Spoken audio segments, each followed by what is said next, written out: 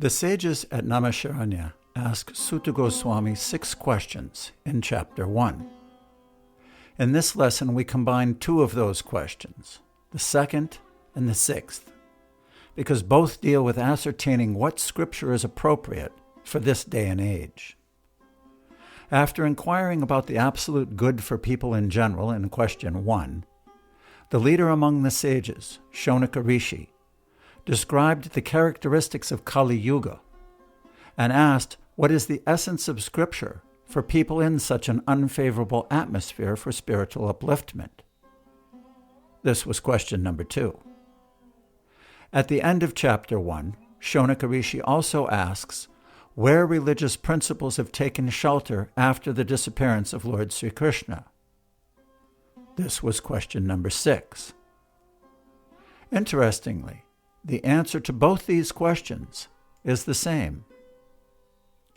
Shonaka Rishi said, "O learned one, in this iron age of Kali, men almost always have but short lives.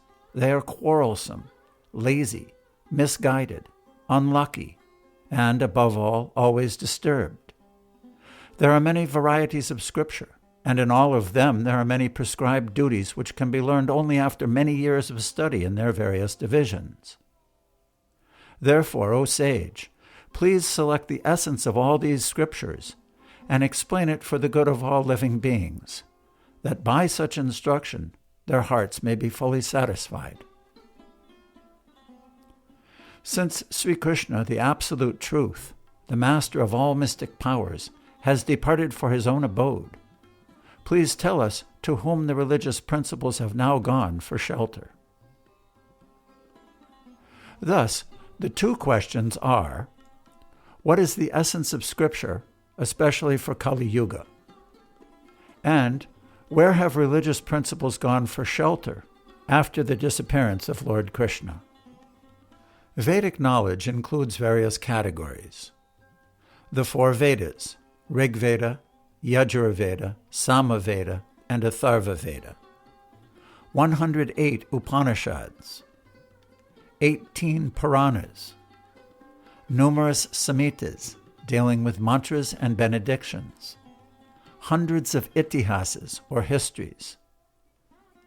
The Mahabharata and Vedanta Sutra, covering all kinds of ceremonies, sacrifices, mantras, meditations, yoga, and prescribed duties for different types of people.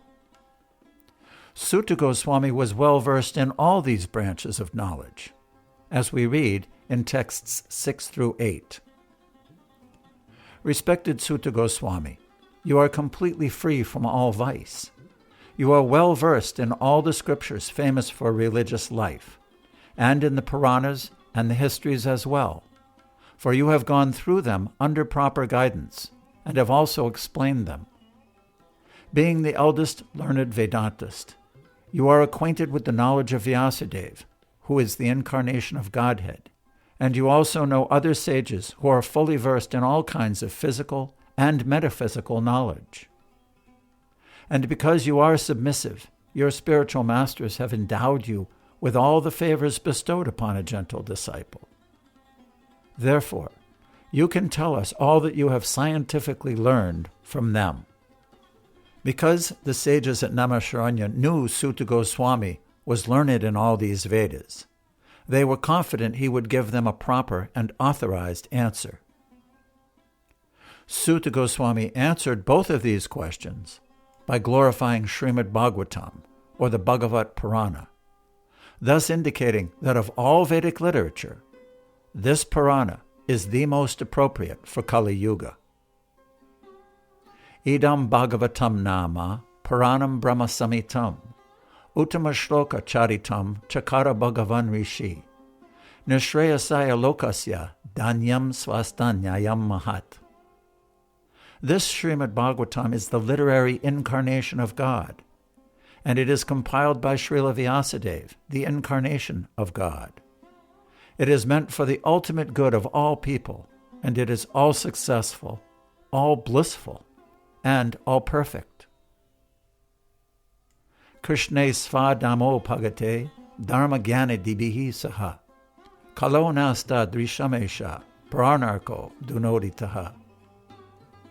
This Bhagavat Purana is as brilliant as the sun, and it has arisen just after the departure of Lord Krishna to his own abode, accompanied by religion, knowledge, etc.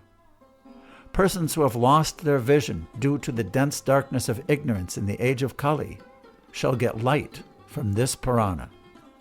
Srila Prabhupada's purport. The personality of Godhead, Sri Krishna, appeared before us just a little prior to the beginning of Kali Yuga, and he returned to his eternal home practically at the commencement of Kali Yuga.